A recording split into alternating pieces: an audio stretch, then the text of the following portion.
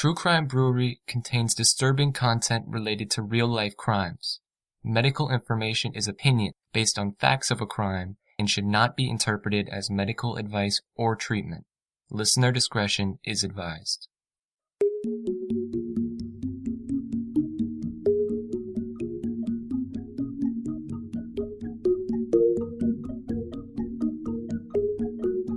Welcome to True Crime Brewery. I'm Jill. And I'm Dick. Oxnard, California is a town like many towns across the United States. Oxnard has its share of institutional racism and gender hate, but no one would have expected one junior high student to murder another in cold blood. Growing up transgender, biracial, and in an abusive home, Leticia King had many challenges in life. At age 15, Leticia was struggling to find herself. She was identifying as a female and asking her classmates to stop calling her Larry and begin calling her Lateisha. Lateisha was adopted as a toddler boy. As she reached adolescence, child abuse in her adopted home resulted in placement in a shelter for abused and neglected children. But in the shelter, she found a very supportive and accepting environment. Still at school, she was teased, ostracized, and bullied. But Lateisha was really a strong little thing and self-empowered. She refused to hide who she was from her classmates. Of course, some of her peers didn't like that. And one of these peers was 14-year-old Brandon Mcinerney. Brandon was raised in a home where abuse, illegal drugs, and weapons were just commonplace. Join us at the quiet end for A Murder in Junior High, when interactions between Lateisha and Brandon resulted in a shocking murder. Parents, teachers, and community leaders all shared in responsibility. Opinions and debates on the crime have made one thing clear. Gender identification and the behavior of teenage males is really a topic long overdue for society-wide discussions. So we're going to do a nice little California beer today. And I picked one called Schweitzer. It's a German Pilsner from Imperial Western Beer Company. I've had a couple beers from them. Very nice beers. And I wanted something a little crisp and refreshing because it's like 8 million degrees outside here. Well, 96. It's Okay. A little less than 8 million. A little bit. It feels like 8 million when you're out walking a few miles. That's for sure. So this Schweitzer, like I said, is a Pilsner. It's a clear light gold color with a small white head. Nice grassy, outdoorsy aroma with some sweet malt. Has a caramel taste with late hops showing up. And as I promised, a crisp and refreshing beer. All right, let's open it up. Okay.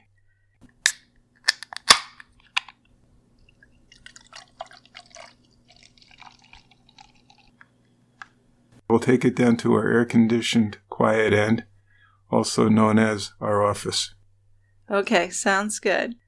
So this is a case which really makes me angry, and I think you'll probably be angry too, and a lot of our listeners will be, just by some of the reactions of the townfolk to this crime in Oxnard.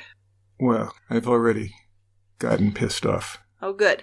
Then I'm going to let you start things out, because I need an angry man to start this out. All right. I'm not going to be angry just yet. Okay. So Larry King was born on January 13th, 1993, in Ventura, California. His mother was a teenager. His biological father was not involved in his care. His mother had addiction issues. So Larry was removed from the home because of claims that his mother was using drugs, neglecting him, and physically abusing him. He apparently was living without enough food, clothing, shelter, or medical care. He was also bruised and burned. He and his younger brother were both adopted when he was 2.5 years old by Gregory and Dawn King. When Dawn King was interviewed by Ken Corbett for his book, A Murder Over a Girl, she said that Larry was filthy and inconsolable. He wouldn't eat. She eventually figured out the only things he was familiar with for eating was ketchup and drinking Coca-Cola. Now, do you think that's true? Because I can't imagine that, really.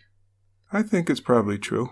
There might be a little exaggeration. But who would give a baby Coke? Well, he wouldn't take anything else.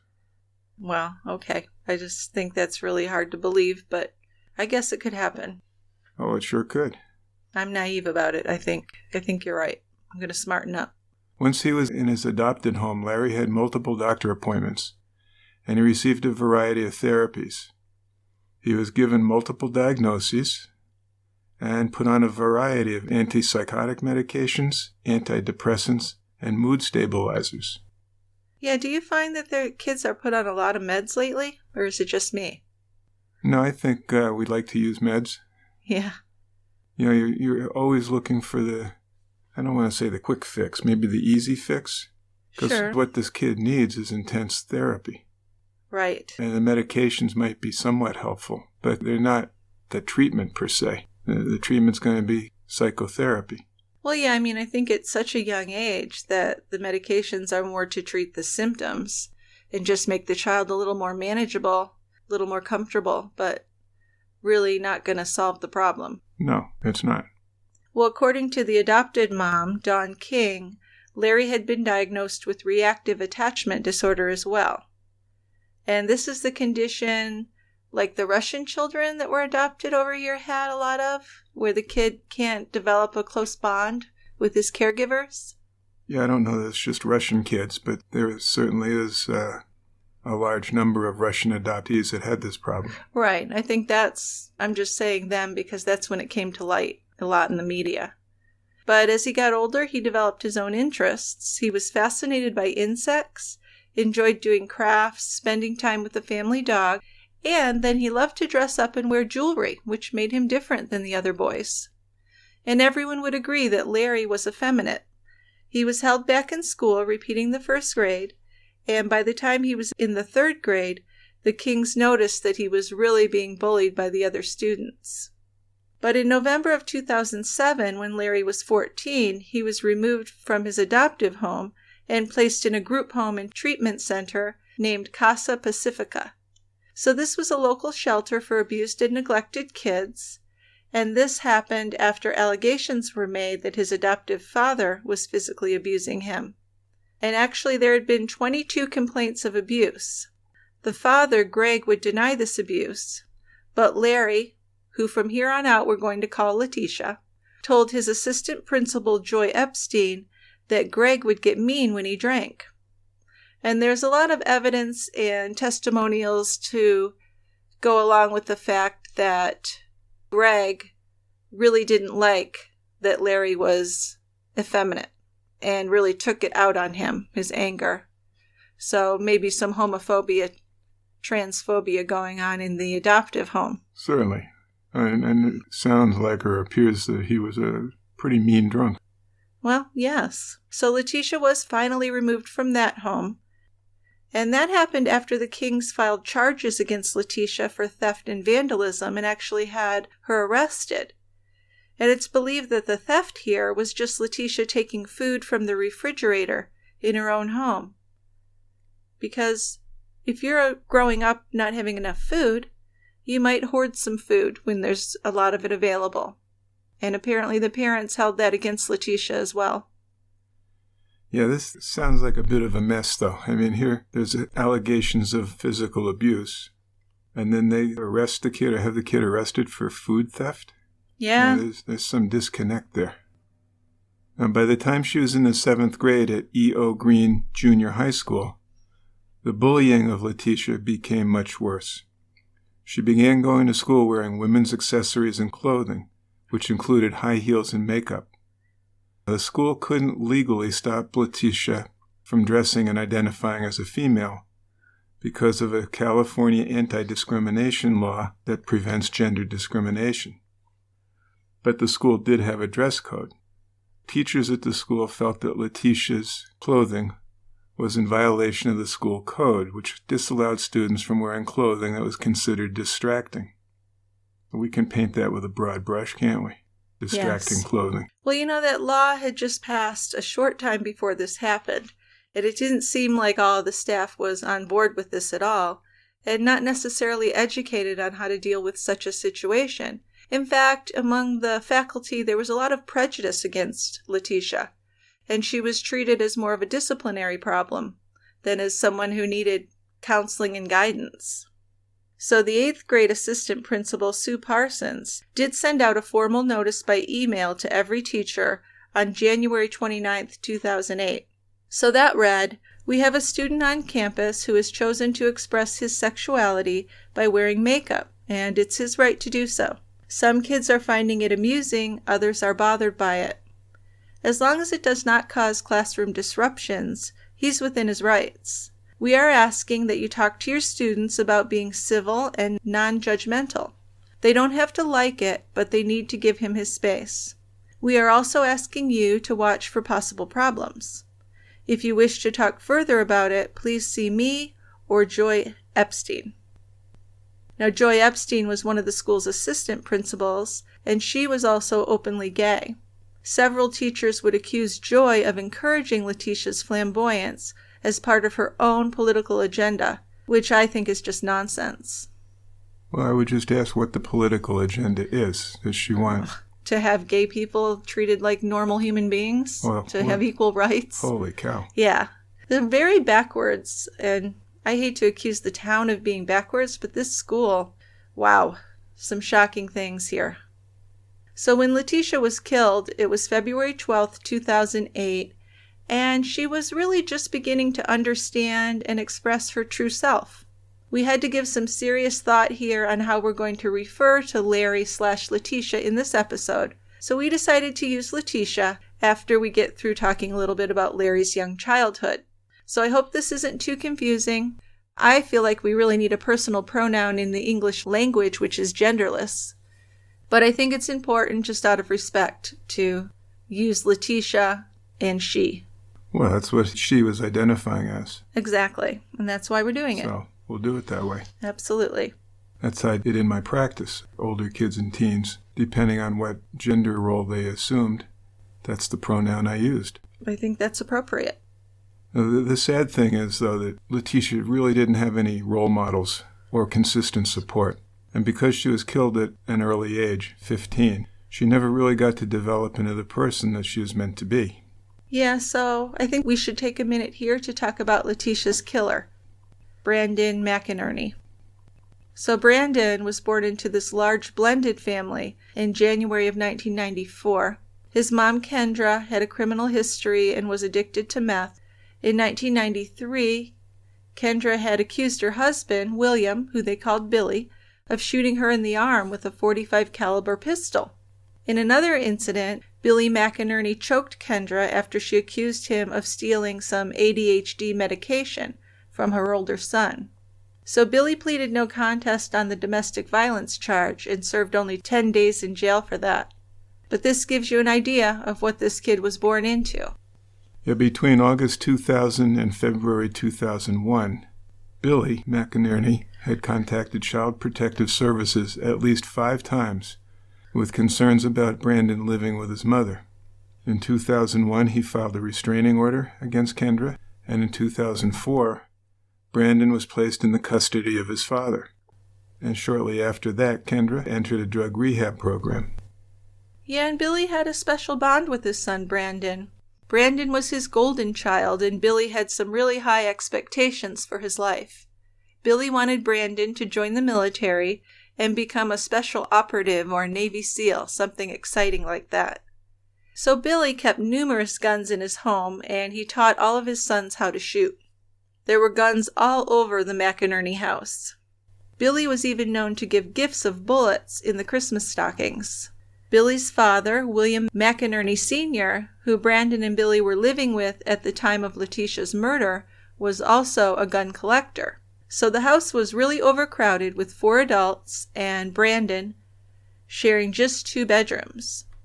William Sr. was also a hoarder, so all of the rooms were just filled with plastic bins, trash bags full of stuff, boxes, and papers. So Brandon would pretty much just sleep on a sofa in the living room, and with no guidance, he would stay up till 2 or 3 in the morning, playing video games most nights, including school nights, of course. Well, sure. So it's not a good environment. No, it wasn't a good place to be growing up. Brandon learned to be quick at drawing a gun. That's a good thing to learn. Well, if you want to be in the special ops, yes. He was also interested in other weapons. He was known to have a pretty bad temper. Once he hit a brother in the head with a shovel. He is also not one to show any emotion, except for anger, and he often checked out and appeared not to care about anything. So here's a kid that's in trouble. Yes, and you can't help but have some sympathy for him at this point, too, you know. Right. But Brandon had a falling out with his dad in the summer of 2007, and then he had really given up on his father's plans for him, and his grades in school began to fall. Brandon started hanging out with a bad crowd who were fighting and using drugs, and Billy confronted Brandon about 2 weeks before the murder. They ended up having a physical fight where blood was drawn. Billy threatened to send Brandon to military school.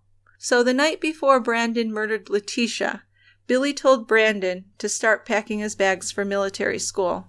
Billy and Brandon then had a conference with Brandon's science teacher, Mrs. Romero. She tried to encourage Brandon, telling him, "You could really be a leader." But Brandon responded saying that he would probably lead people to a place they wouldn't want to go to. So that's kind of ominous. That doesn't sound good. No. So Monday, February 11th, is the day that people would refer to when they were trying to understand the motive for the murder of Lateisha. That morning, classmates saw Lateisha wearing a green dress. Now, Lateisha's friend and classmate, Avery Lasky, spent the time together between classes with Lateisha as they normally did. Then at lunch, they liked to have fun being theatrical and laughing. For the past several days, Lateisha had been dressing, certainly as a female, with high heels and a dress and makeup. So they go into the lunchroom, and Lateisha is the center of attention. Avery was behind Lateisha, and she pushed her toward a table of boys to watch them run away. When there was nowhere to sit outside, Lateisha would go clear a table full of boys by asking if she could sit with them. So the boys would always run away, and they'd call her names, but Avery and Lateisha would always get a big laugh out of this, how they scared the boys away. Sure, but I mean, it still has to be, kind of has to hurt your feelings, too, I would think. It's a joke for them and they're being playful, but just the fact that they're going to call her names and run away from her, that has to be painful. So on that Monday, Lateisha went to a table where Brandon was sitting with other boys, and of course they got up and left quickly. And Brandon was already angry because his father planned to meet with Miss Romero again that day. So apparently this whole thing with Lateisha made Brandon even angrier. Lateisha really bothered Brandon more than any other kid. Over the past several months, Brandon had verbalized his feelings of aggression, telling friends repeatedly that he was thinking about jumping and attacking Lateisha. The previous summer, when Brandon was at the mall with a friend, he told the friend how uncomfortable he was around Lateisha, and he mentioned that he was making plans to attack her. And that friend told Brandon that he should just ignore her and let it go. Brandon had also spoken to his girlfriend Samantha about Lateisha. He said that there was a gay kid at school and he planned to attack him. And he had kept bringing it up, even on the weekend before the murder. He told Samantha that he was going to get in trouble at school that week because he was going to attack Lateisha. So after that lunch incident on Monday, Brandon went to the basketball court to play with his friends, Keith and Antoine. And this was apparently Brandon's favorite part of the school day. Jill Ekman, a language arts teacher, was on lunch duty that day, so she watched the kids, including those over on the basketball court. She did see Lateisha walk into the middle of the game, and the game stopped. And as Lateisha walked toward the court, everyone was laughing. And I guess Lateisha was asking someone to be her Valentine, although no one actually heard that. Then the bell rang, and she told the kids to go to class. So in this school, there was a game, according to Avery, that the girls would play, where you go up and you ask a boy to be your Valentine. So that's what they believe Lateisha was doing, because she did think that Brandon was cute. But no one actually heard Lateisha ask him to be her Valentine. Mrs. Elkman didn't remember seeing Brandon there at all, actually, and later she heard from some kids that Brandon was Lateisha's intended Valentine. And this story circulated around the school. It was said that Lateisha charged into the court in high-heeled boots and asked Brandon to be his Valentine. But, not one student or teacher could actually remember hearing that. So one student named Stormy remembered that Brandon had blushed when Leticia talked to him.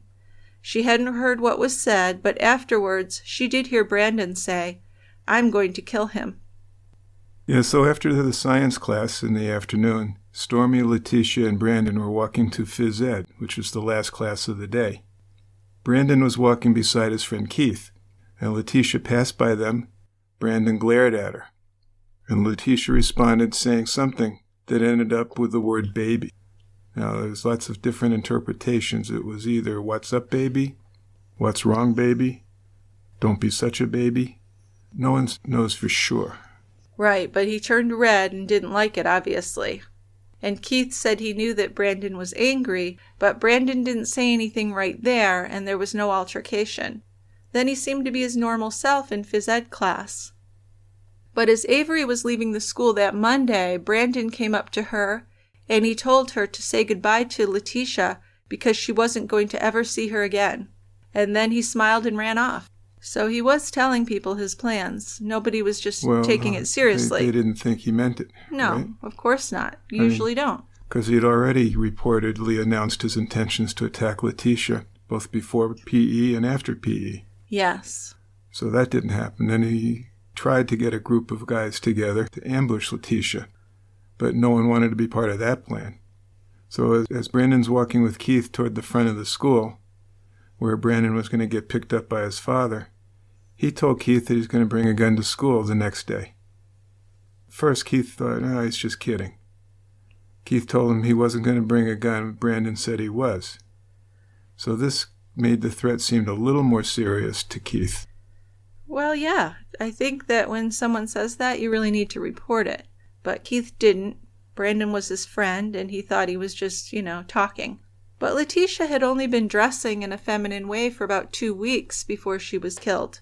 The first time that the vice principal, Joy Epstein, saw how she was dressing, she called the district office with concerns.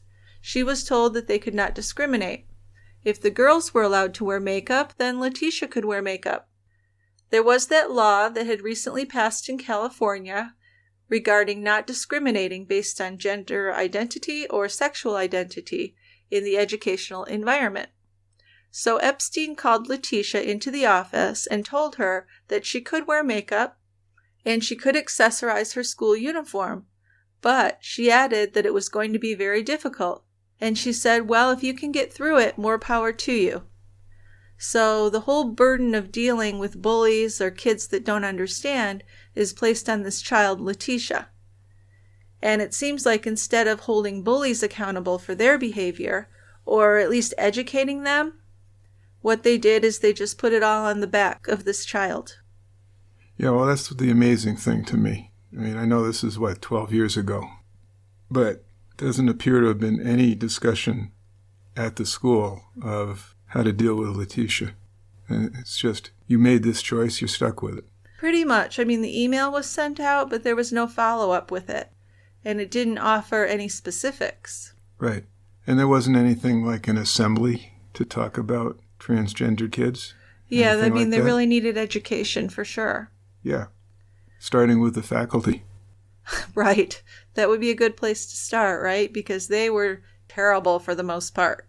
Leticia had actually discussed her gender identity with her 7th grade teacher, Shirley Brown, the previous year. And Leticia had asked her what to do about the situation. And this teacher replied that, well, you should do nothing. Keep it private. Dwell on it. Don't express yourself as transsexual. She made no referral for counseling and offered no support, just like, keep it quiet, or the kids will pick on you. So thanks a lot, Ms. Brown. Yeah, well, in the documentary titled Valentine Road, Ms. Brown says that she could relate to how Brandon felt. Oh, I couldn't even believe she said that. I had to rewind. Did I hear that right? She said she didn't know if she would have shot Leticia, but she would have kicked her in the butt. Jesus. This is a teacher. Yes. And this teacher is so homo and transphobic that it's hard to listen to her, and she shouldn't be allowed with children. But sometime between getting on the bus back to the Casa group home and that next morning, Tuesday, February 12th, Leticia had lost her spark, her happiness. She came back to school with her right eye red and a bruised wrist. For some unknown reason, her spark had just been crushed. Her homeroom teacher believed that she must have been abused by someone at casa, maybe someone who had made fun of her or reacted badly to her lighthearted attitude that day. Yeah, but that's not known. No, it's not known who did that. And something could have happened at the school that we're not aware of. Right. So Brandon came home that Monday afternoon to find his aunts Megan and Maura and his cousin Brittany trying to clean up his grandfather's house. It must have been some job. He went into the yard and washed his father's truck, singing "I Hate Children" by the band Aggression. He drank a soda, joked around with Brittany. So Maura and Brittany left the house, and Megan stayed to help the grandpa. There wasn't any dinner being prepared. Nobody was with Brandon. And we don't even know if Brandon's father, Billy, was there that evening. We don't. I mean, this kid Brandon certainly had no structure. So, I mean, we definitely have to remember that. Although I don't think it will excuse him from being a murderer. But at some point that Monday night, Brandon looked for the .22 caliber handgun that was in his grandpa's gun closet. The combination lock on the gun cabinet may have been known to Brandon, or it may have been left open. That wasn't unusual either. We just don't know. It's also entirely possible that the gun had been lying somewhere in the house. So Brandon either found the bullets, or it might have been already loaded. He wrapped the gun in a white hand towel and put it somewhere safe until he could take it to school with him the next morning. So this is very planned out. It seems to be. Brandon never really slept as much as he should have. He was unsupervised and up half the night. He'd even go out and ride his bike in the middle of the night. So on the morning of Tuesday, February 12, 2008, Leticia and Brandon's homeroom teacher, Dawn Broderick, was in her second week back from maternity leave. At 7:50 a.m., she was barely on time for her first period 8th grade English composition class. And that day, research papers were due. They were supposed to have studied a song or read a book that reflected tolerance. And this is noteworthy. Civil rights were at the core of what this assignment was about. Anne Frank and Martin Luther King were popular topics, and she wanted the class to focus on accepting people's differences. The class had read sections from the Diary of Anne Frank, and it seemed like most of the girls were writing about Anne, but most of the boys were writing about Hitler. According to Miss Broderick, the boys loved the techniques of killing like mustard gas and weapons. So there's just a real culture here of believing boys will be boys and violence is just part of being a boy, which is really disturbing. Leticia was actually writing about songs from the civil rights movement from the 1960s and 1970s. Yeah, but neither Leticia nor Brandon had made much progress in their assignments. Now, Leticia had trouble focusing, and Brandon just didn't care about doing it. He had checked out a library book on the life of Hitler. This school that they attended was a school where academic success was not high on the students' list of priorities. Only 50% of the students would graduate high school. Many boys would not even make it to high school. And girls often became pregnant. Boys often went to juvie. So that's just, to me, a problem that should have been some action being taken. This is a public school. If only 50% are graduating high school, that's not acceptable. So I don't know what was going on there. Well, it wasn't high on anyone's priorities, you know? Well, I mean, that's what they're there for, to get an education. But it seems like most of the teachers were more focused on discipline. Well, they were mostly focused on getting through the school day. Yes. Very limited money there as well. Teachers buying a lot of their own supplies. And it was overcrowded, so they had like those little trailers for classes. So it was really a mess. Tuesday, Leticia wore no makeup, no high heels, and no jewelry. But she did wear a pink belt. It was like a small trace of the flamboyance that she was so often abused over. She did wear the standard school uniform, white polo shirt, blue pants, and black sneakers. As she entered the school that morning, she told Miss Epstein that she was going to have a good day, And she was likely just telling her what she thought she wanted to hear, trying to put, a positive face on. I'm sure she was used to having to do that. In the schoolyard, she told a classmate that she was bummed out and tired. And that's not surprising, of course. Just think about Leticia's life. It was exhausting. Every day she had to navigate shame, verbal abuse, and even the constant threat of physical abuse. How can you concentrate on studying or anything else when you're living that kind of a life, when you're always just anxious and traumatized? So Billy, Brandon's father, was waiting outside the house that morning, ready to take Brandon to school. Brandon came out the front door and then realized he had forgotten the gun. He ran back in to get it. Yeah, so no thought to, maybe I shouldn't do this. Nah. Now in homeroom, before the class went to the computer lab, Brandon reached into his backpack and grabbed the gun. He shook the gun free of the towel that it was wrapped in and put it in his right side sweatshirt pocket.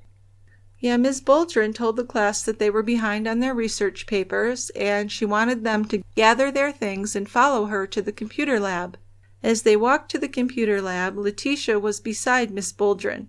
And she really thought of Lateisha as a sweet kid. She was just tiny and vulnerable, and she seemed less mature than her classmates. So as she and Lateisha walked, she felt that Lateisha looked like someone who was really trying to be happy in spite of a lot of things. She knew that Lateisha's relationships with her peers were difficult, and she really worried about how the kids were reacting to her new persona as Lateisha. Like the other teachers at this school, it was apparent that Miss Boldrin didn't really understand Lateisha as a transgender individual. Based on her obvious femininity, Miss Boldrin, like the other teachers, presumed that Lateisha was a gay boy. Nevertheless, she felt like she did understand Lateisha. She saw her as similar to her 3 daughters. Now, in an effort to make Lateisha feel better, she told her that she had seen similar behavior in gay men. So, great remark. At least she was trying to help. She was. She meant well. Yeah, she told Lateisha that she had a right to be different, but urged her not to be too pushy. So Ms. Boldrin had been criticized by fellow teachers for encouraging Lateisha. She had given Lateisha one of her daughter's used prom dresses, for which she was judged pretty harshly. Dress wasn't for school, and it was a gift. So then she had given this dress to Lateisha in private after a class. And Lateisha was quite thrilled to be getting this. Yes, Miss Boldrin had actually taken a picture of Lateisha holding the dress, which is a well-known picture now, to send to her daughter, to let her daughter know that the gift was appreciated. But people would later go so far as to blame Miss Boldrin for Lateisha's death. The gift of the dress was too much, they would say. She was going too far in encouraging Lateisha. But she said, Lateisha was so happy to get the dress, and at least she had one moment there where she felt accepted by someone. But once they were in the computer lab, Brandon was one of the last students to enter the room. He had a buzz cut, and he was wearing an oversized blue hoodie. He was assigned a seat at the very back of the room, behind Lateisha.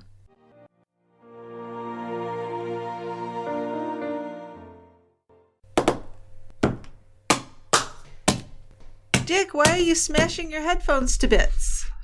I am just so frustrated listening to ads. Why can't I listen to my favorite podcasts without those annoying ads? Well, I can't help you with other podcasts. However, True Crime Brewery now comes commercial-free for our Tie Grabber members. Huh? That's right. If you subscribe at any level, you get to listen to all of our new episodes commercial-free. And this is in addition to our bonus episodes each month. Plus, you get some great TCB swag mailed to you when you join. At least I can listen to True Crime Brewery ad-free. I really wish other podcasts would do that. And Jill? Yeah? Do you know where the glue is? I just pounded up my last pair of headphones.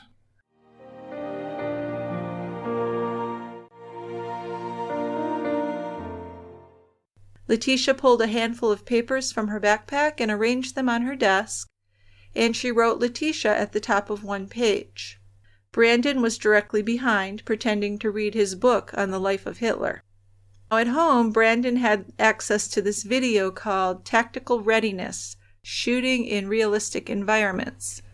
So from this video, he'd learned how to scan a room, how to watch and zero in on his target, and how to judge the distance and the angle to his target. So he was basically hunting Lateisha. You know, he was really familiar with the gun he had in his pocket. He'd shot it many times at target practice with his father or his brothers. He'd actually fired hundreds of rounds with this gun, as well as other guns. He'd read manuals, he'd watched online videos, and he'd studied marksmanship. So as the other kids talked and worked on their assignments, Brandon sat quietly with his book in front of him, pretending to read and planning to take a life. One student was teasing Lateisha. He asked her if she was changing her name, and Lateisha said yes, she was, and changing it to Lateisha. Student laughed about that, and then a couple of minutes passed, and Brandon stood up. He reached into his pocket, pulled out the gun, and raised it up with his arms extended.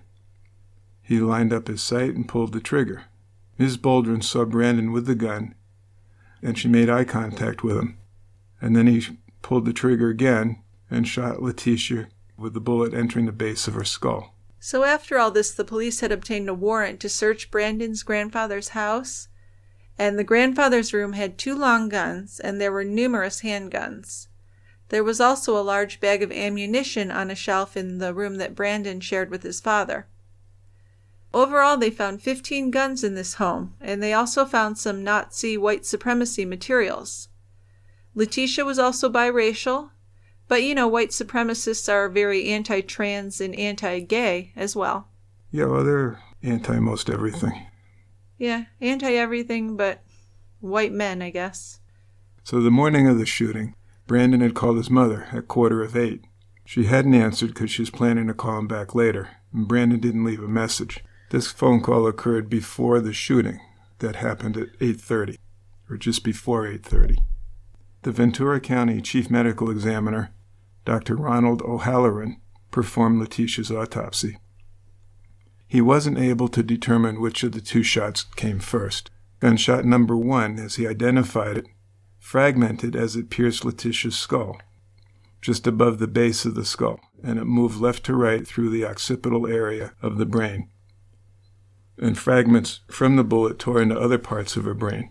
The second shot hit the top of Leticia's neck on the left side. It didn't enter the skull, but grazed her skull and went through her cheekbone. So the first brain function that Lateisha lost was probably her vision. She didn't die instantly. Joy Epstein heard the shots, ran from the school office to the computer lab. And she got there and saw what had happened to Lateisha. She called 911. She thought Lateisha seemed to be in pain. A first responder thought that Lateisha tried to respond to her name. She was rushed to the hospital. Well, in the aftermath of the shooting, most of the students and teachers were in shock. Some had thought the gunshots were popping balloons. Ms. Broderick at first thought that a computer had exploded, but when she looked, she saw that Brandon was standing. She screamed at him, "What the hell are you doing?" Then after firing the second shot, Brandon dropped the gun, pulled the hood of his sweatshirt over his head, and walked out of the room through the door in the back. Ms. Broderick was screaming, and she yelled at the kids to exit from the front of the room. So as you can imagine, there was panic all over the school because no one knew if there was still an active shooter in the building. So lockdown was announced over the PA system, doors were locked, and students were barricaded into classrooms. As the police and paramedics approached the school with their sirens blaring, kids were hiding beneath their desks. Dawn Broderick moved her students into a room adjoining the computer lab that was out the front, and she yelled to other teachers, "He has a gun, he's shooting." Catherine Womack, a speech therapist, and David Rodriguez, the school psychologist, came running into the computer lab, and they saw there was a lot of blood, and Lateisha was flailing about on the floor. Ms. Womack called out Leticia's name, Larry, of course, but she didn't respond. And Ms. Womack saw the gun lying near the body, so she kicked it away. Mr. Rodriguez took his handkerchief out of his pocket and tried to use it to slow the blood coming from Leticia's head. Of course, it was quickly saturated and his hands were just soaked in blood. Then the paramedics arrived, and they applied direct pressure and dressings to the head wounds. Lateisha was put on a stretcher and run out of the school and into the ambulance.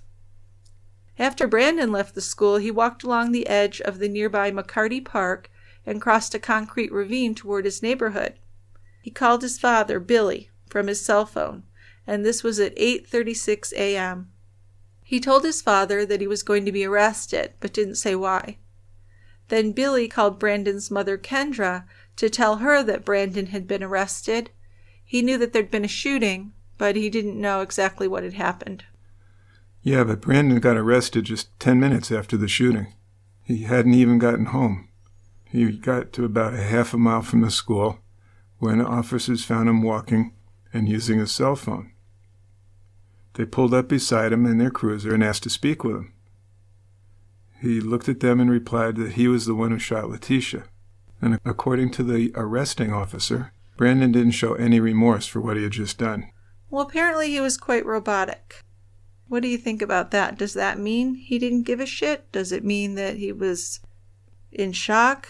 How do we know? We don't, but I would figure, despite his bravado, he was in shock. Yes. He was stunned by what he had done. Even though it was well planned out. Yeah, well, there's one thing to planning it out, and there's a second thing to doing it, actually. That's true.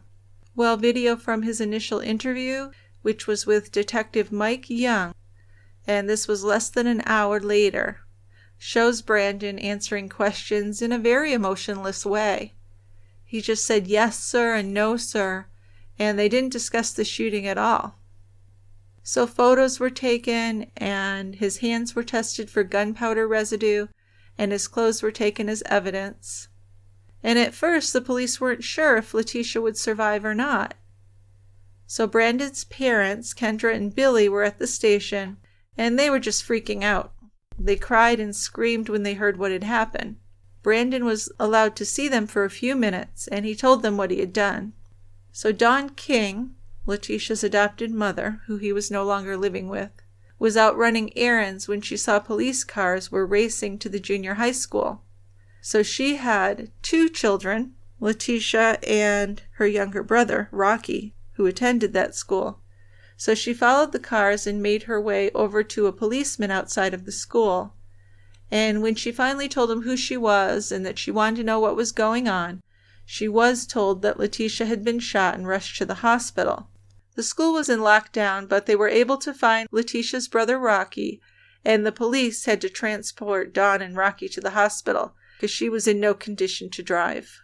At the hospital, Lateisha was intubated and sedated, put into a medically induced coma, and held in the ICU. But just after midnight that night, Lateisha had a stroke, and she was pronounced dead at 2 a.m. on February 13th.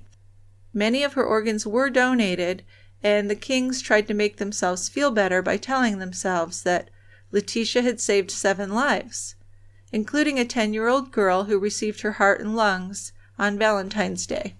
And vigils were organized all across the United States following Lateisha's death. Ellen DeGeneres spoke about the tragedy on her show.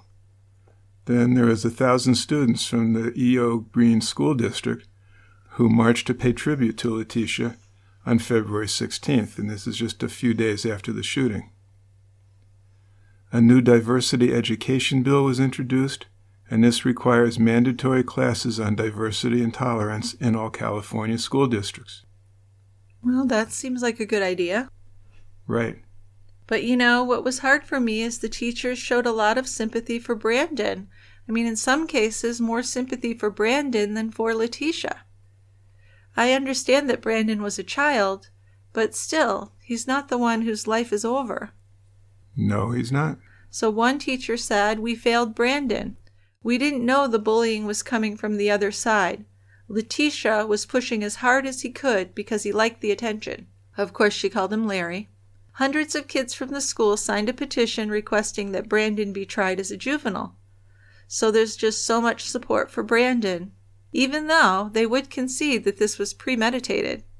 They didn't think he should be charged with first-degree murder. It's hard to believe. Well, I mean, you have to think about the fact that he went into there, he sat behind him, he planned it out. He did. And even though he's only 14, that's brutal. That's not someone you want in society.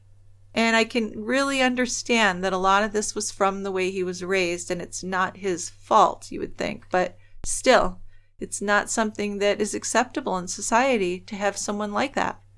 Well, there's too much of this blame the victim. Oh, so much of it. You know, if she just kept quiet, if she hadn't been pushy, almost like it was her fault, for sure. I know. Yeah, it's really hard to stomach. So on July 24th, 2008, Judge Douglas Daly of the Ventura County Superior Court ruled that Brandon would stand trial as an adult. On August 7th, 2008, Brandon pleaded not guilty to premeditated murder and a hate crime. A preliminary hearing was set for September 23rd, 2008, and that was rescheduled for October 14th. Yeah, so this trial just kept getting delayed. Took a long time for him to really go to trial. They had to have psychological evaluations done, and then they did finally rule in December of 2008 that Brandon was competent to stand trial. On January 26th of 2009, the preliminary hearing was postponed until March, and this was to give Brandon's lawyers more time to appeal. Appeal what? The decision to stand trial as an adult? Yes. Okay. That was a big thing. Sure. And then on March 18th, the hearing was again postponed, and that was after Billy Mcinerney, Brandon's dad, was found dead in his living room after an accidental head injury from a fall. Oh, jeez. I know. So it is tragic. The whole Mcinerney family, a lot of tragedy there. Judge Riley granted Brandon permission to leave the juvenile detention facility for his father's funeral, so he was able to attend. And things were put off again. In August of 2009, at his arraignment in Ventura County Superior Court, Brandon pleaded not guilty to all of the charges, and the judge set the pretrial hearing date for October of 2009, with the trial beginning in December of 2009. Now that September, before the trial, a Ventura County Superior Court judge ruled that the addition of a lying-in-wait charge was appropriate. Now, the addition of this allegation meant that the case would be heard in adult court. Well, right. This is not a kid who lost his temper and snapped. No. He was lying in wait. So this addition was petitioned, and in November, the Ventura 2nd District Appellate Court denied the request to overturn the earlier ruling, finding that the district attorney's office did not act vindictively when they added the lying-in-wait allegation to the murder charge. So there were more and more delays. I'm not going to go into all of them. But eventually, Brandon's trial did begin July 5th, 2011. And they did get a change of venue to Chatsworth, Los Angeles. The charges were first-degree murder, lying in wait, and also they were able to get a charge of a hate crime, which was really important. But the hate here wasn't going to be race, it was gender hate. So there were 12 jurors, 9 women and 3 men. 9 were white. On the first day of the trial, detectives and police testified. The first detective described the crime scene and showed photos of the classroom after the shooting. On the floor you could see a brown backpack, books, blood-soaked towels, and scattered papers. Leticia's clothing had been cut away and were on the floor in a heap, and the gun was on a bookshelf because one of the first responders had put it there just for safety reasons. So they determined that the gun had been fired twice and then it had jammed, but no one knows if Brandon attempted to fire it a third time or if it just jammed when he dropped it. Brandon had brought the gun to school from his house, but it had really been around since 1979. It was older, and ATF records could find no further history on where and when this gun was purchased. But we know it was just lying around the Mcinerney house. It was just part of the furniture. Part of the armory. Yeah, because another detective testified about what was found during the search of the Mcinerney house. 15 guns, gun paraphernalia, manuals. There was a newspaper clipping about the Virginia Tech shooting. The DVD that you'd mentioned previously titled Tactical Readiness, Shooting in Realistic Environments. The detective also found 3 notebooks with some drawings of Nazi symbols and the phrase, "White Pride Worldwide." Then there were other white supremacy-related things like German maps and computer printouts of Hitler's speeches. So after these items were found, Detective Dan Swanson was called in to help with the case. Swanson was a local expert on white supremacy groups. He had worked on gang-related crimes for most of his career. Then in 2000, he began focusing on the rise of white supremacist organizations. He testified that Brandon was a murderer and was a member of a criminal street gang. Brandon was a self-proclaimed vigilante homophobe, and he had hunted down and executed Lateisha because she was a gender-variant kid. Yeah, so Swanson pulled no punches. He really believed that Brandon was just a out-and-out murderer. His testimony moved on from educating the jury about white supremacy to Brandon's specific drawings that were found both in his home and in his backpack. 204 of Brandon's drawings were tagged as evidence, and 56 referenced the Silver Strand Locals, or SSL, which is a white supremacist gang in California, and swastikas were all over his work. Swanson traced Brandon's Nazi-era and skinhead symbols back to a guy named Matt Room, a well-known member of the SSL. One drawing was something Swanson had only seen in Matt Room's house and in Brandon's drawing, nowhere else. But when people of the town were testifying, they knew Matt Room, but they denied any knowledge of his being a white supremacist. So when a photo of Room wearing a White Pride Worldwide t-shirt was projected in the courtroom, there was really little surprise. One man called the white power flag decorating Room's apartment just silly. And a woman was asked about his Nazi-era and white power stickers on his refrigerator, and she said she couldn't read German, so she just assumed that those stickers were for some kind of beer. Yeah, that's good. So the townspeople really seemed to believe that Matt Room was harmless, and that his stand on white separatism was not really racist. So, for example, Brandon's older brother James, who had introduced Brandon to Matt, and actually helped educate him on white supremacy, had a lot to say. According to James, Matt believes that a white man should have a white wife, and a black man should have a black wife. What's wrong with that, he said. He said that Matt doesn't hate people of color, he just believes in saving your own ethnicity. Okay, leave it at that. But this is something that a lot of people in the town believed. So, I don't know, is that like a normal town, or is something really going on there? I found it quite shocking. Well, just look at what's going on in the United States. A lot of people feel this way. Yeah, I just really didn't think so. Yeah. I thought that we were becoming more educated, and I think most of us are, though, Dick. Well, I think we are. It's just taking way too long. Oh, sure. Brandon had actually begun talking about white supremacy in the summer of 2007. About this same time was when he also started complaining about a gay kid who was girly. Over and over again, locals denied seeing any racism in Oxnard. Everyone knew a black person. And, of course, if you know a black person, then you're not racist. That's really what they said. So how could I be a racist? Right. Yeah.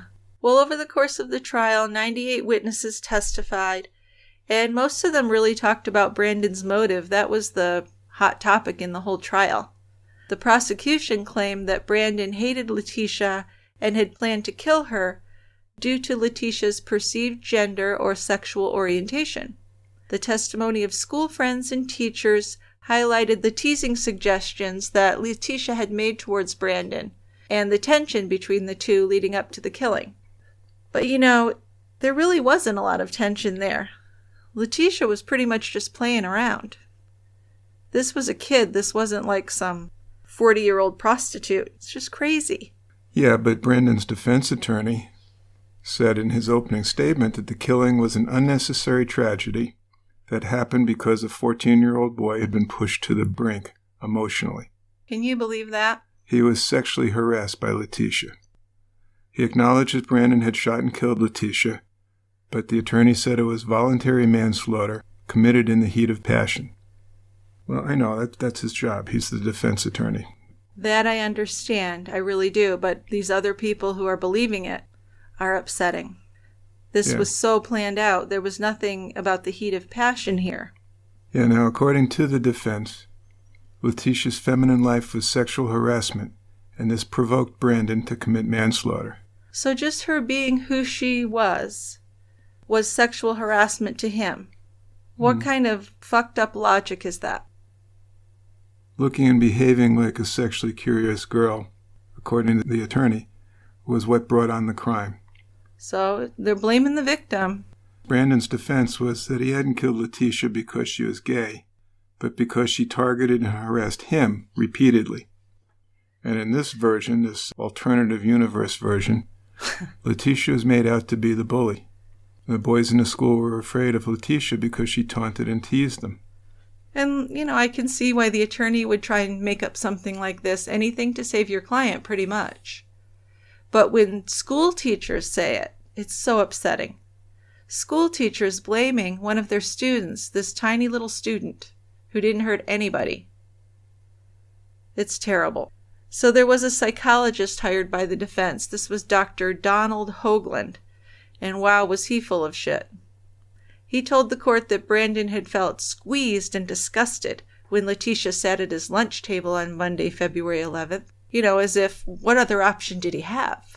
The prosecutor, though, portrayed Brandon as this popular teenager who was skilled in martial arts and, had done a lot of practicing of shooting guns. Plus, he was really involved in white supremacy. And she went on to describe Latecia as she was, a tiny little person who was always being picked on. And what they wanted her to do was to put her head down, not say anything, be quiet, Yeah, let's just get through this. Yeah. Now, it also became apparent during the trial that the teachers at this school had confused Laticia's gender with her sexuality. Right. We mentioned that earlier, and it's definitely just a lack of education. They really use this broad term gay. But as we know, boyhood femininity doesn't automatically mean that Larry was gay. And Larry had even said, I'm Latecia, I'm a girl. So she was actually a trans girl who desired boys. And they had no understanding of that. They're just going on, this is a boy, and she wants to be with boys. So that's gay. Right. Right? And if you don't know, you don't know. But do something to educate yourself. Many of the teachers saw Laticia's self-expression as something that needed to be disciplined more than understood. And, really no thoughts to how they could educate all of the students. It didn't occur to them to talk to the other kids about sexuality and gender identity. Now, I'm sure Latecia wasn't the only child in that school that had gender or sexuality issues. There had to be other kids. Kids who were keeping quiet and keeping their head down. That's right. So educating would certainly do more than just help Latecia. It was something all of the students deserved. But, they just told Latecia, you should be careful and keep a low profile. That's right. Hunker down. Yeah, the boys can't help themselves if they become violent. Boys will be boys. But it's really not true because Laticia's peers were not expecting violence like many of the teachers seemed to be. They talked about how she'd been teased and bullied, and in the last couple of weeks of her life, Latecia had begun to fight back. Despite the other boys in the school being described as aggressive and transphobic, it was really only Brandon who was showing this kind of lethal aggression.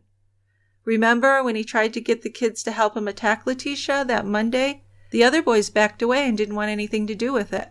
And Brandon's friend Keith said, just leave him alone. Just stay away from him if you don't like it.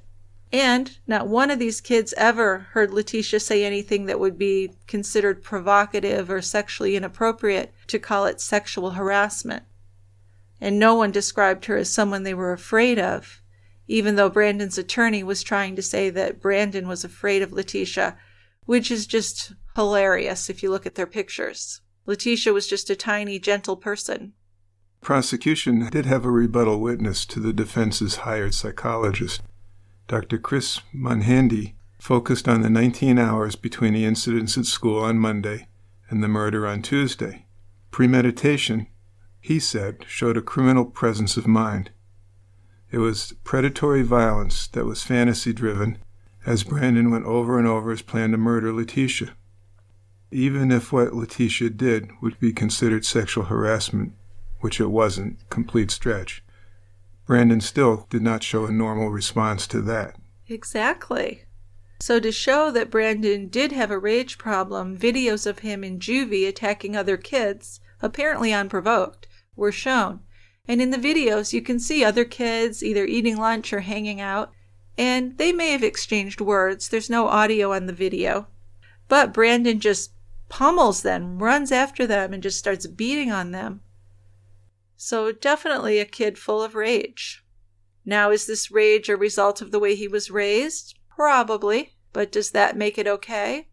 So before the jury went into deliberations, the judge gave instruction that they could choose voluntary manslaughter, and he left it to the jury to decide. But this trial was declared a mistrial on Thursday, September 1st, 2011, after the jury reported that they were hopelessly deadlocked and unable to reach a unanimous verdict.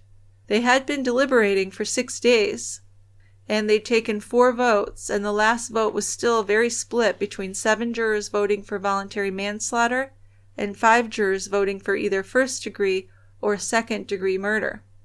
So a group of the jurors, and I don't think it was all of them, but it was a group of women who voted for voluntary manslaughter and were quite upset with the other jurors, were still meeting with each other after the trial. And some of the things they said were really upsetting. That doesn't even begin to describe it. Yeah, so what kind of things were they saying? It was just crazy. Well, they were parroting the same thing. It was obvious that they were racist, transphobic individuals. Yes. They were really saying that Lateisha was sexually harassing Brandon. They said, oh, Brandon's just a young, smart kid. It wasn't murder. He shouldn't be even tried as an adult. And not one of them really showed any kind of empathy or concern about the victim. No kidding.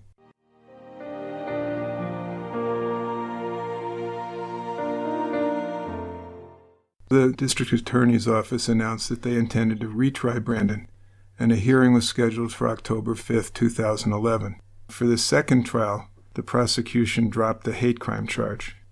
And then, before he went to trial, in November, Brandon pleaded guilty to second-degree murder, voluntary manslaughter, and use of a firearm. And he was sentenced to 21 years in prison.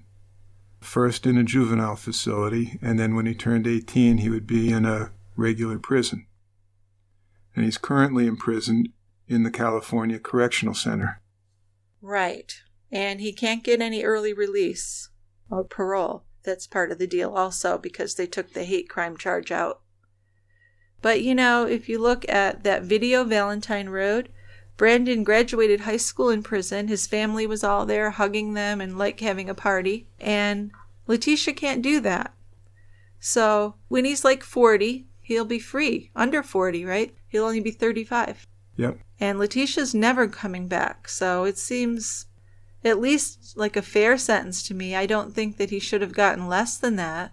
He probably should have gotten more. Of course, the whole thing is there any kind of education going on? Is he getting rehabilitated, or is he just becoming more of a criminal in prison? Yeah. Is he getting any therapy? Right, that's the thing. I don't think so. I mean, when you see his family members or anyone else talking, they don't seem like they've learned a thing. There's still so much ignorance there. Although, you know, there were a lot of people at the school, mostly students, who did learn a lot from it and did try and really have a change in ways. Well, that's important. Yeah, they planted a tree for Lateisha at the junior high, but the school wouldn't allow them to have a plaque with her name on it, or even his name, Larry, on it, because they said they didn't want kids to be reminded. So when this all happened, there were kids that witnessed this shooting, but the school didn't bring in counselors or anything. Actually, one of the kids said that they put them all in the gym or some room and turned on a movie for them, Jaws, just to keep them kind of, you know, quiet and out of the way while they dealt with things. Huh. So I don't know how to really feel about the whole thing. I don't think that the change that we need is really happening, at least not there. No, that's still a long way to go.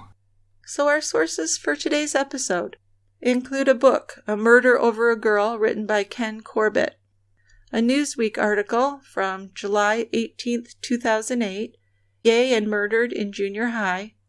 Gay and murdered? Yeah, I know. There's a lot of that in the media. Yeah. That's what Ellen DeGeneres said too, a gay child. And also, of course, I've mentioned it several times, the documentary Valentine Road, which is on HBO.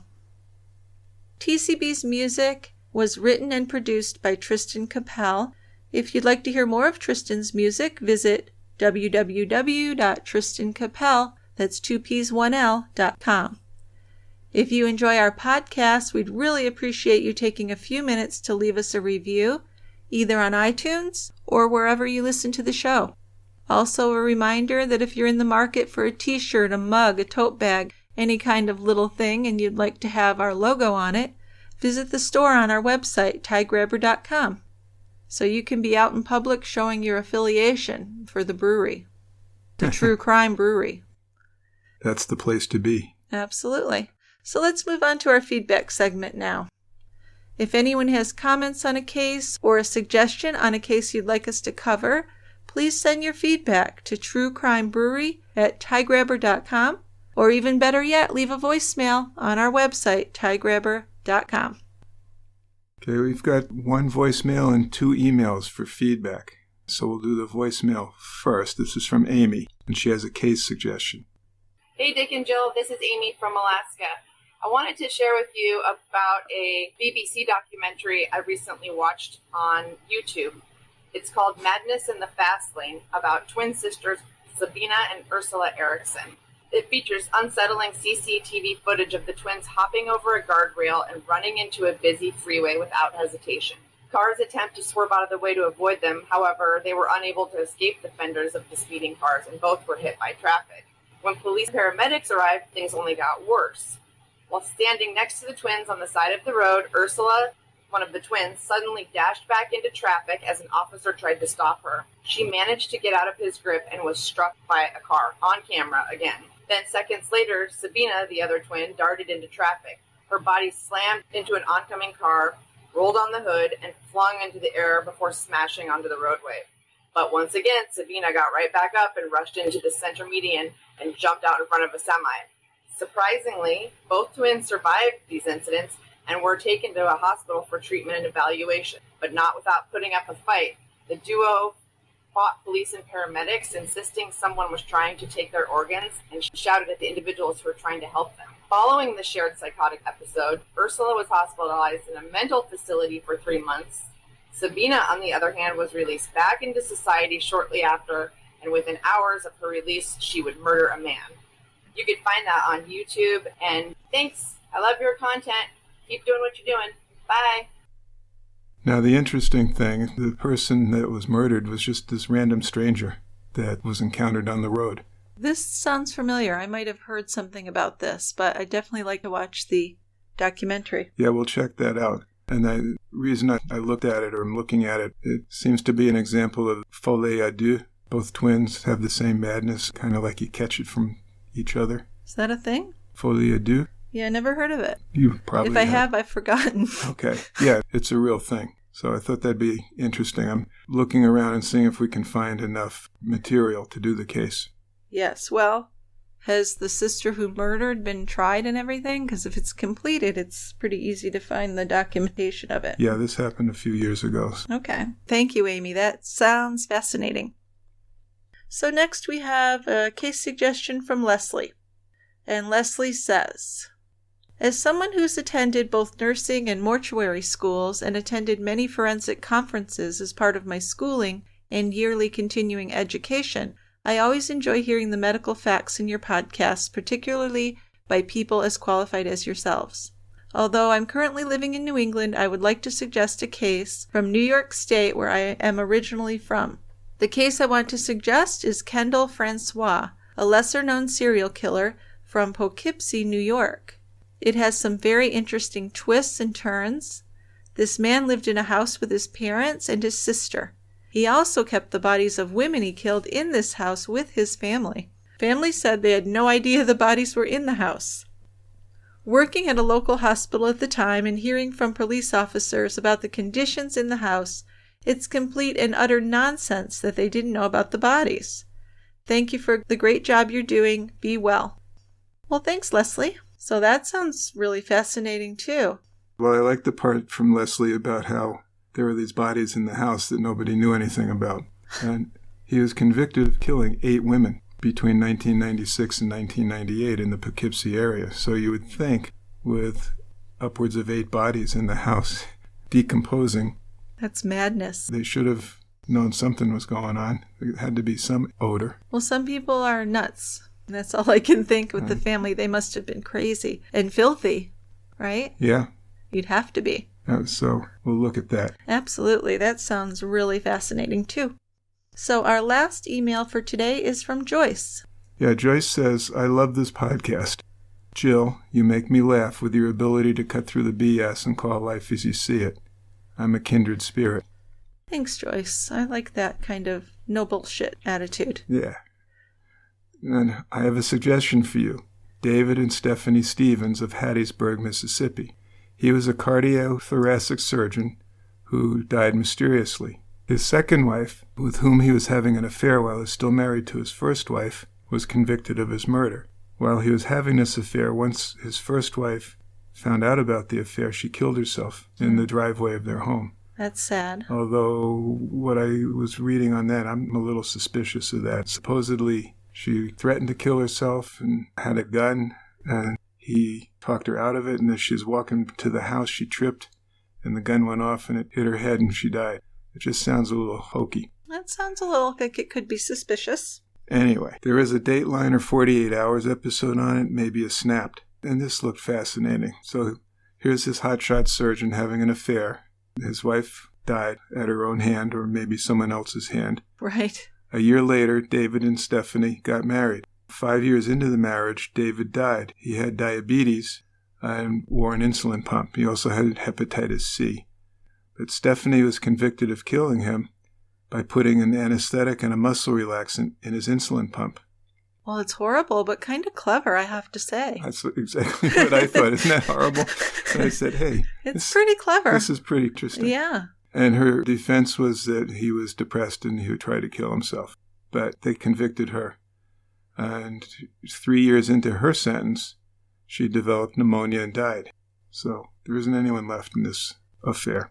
So I'm always kind of surprised that someone can be that successful in education and career to become a surgeon or whatever, and then just have such a mess of a home life, not be able to manage their personal life. Interesting, right? It's really interesting to me. And speaking of that, I just want to mention Betty Broderick, because Dan Broderick was extremely educated, but did some really stupid things in dealing with Betty. And we're watching Dirty John Season 2, which is just fabulous. I love it. Amanda Peet's a great Betty.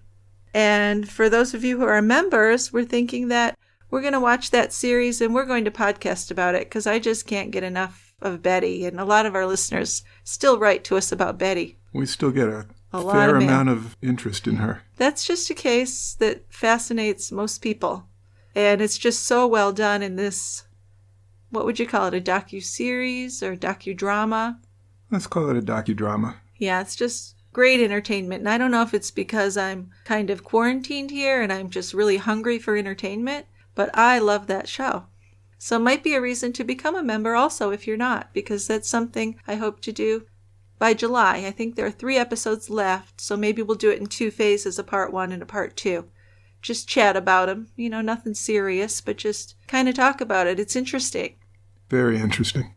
Good case. Okay. So that's about it for today. You got anything to add? I got nothing. All right. Well, thanks everyone for listening, and we'll see you next time at the Quiet End. I'll save a chair. Bye-bye. Bye.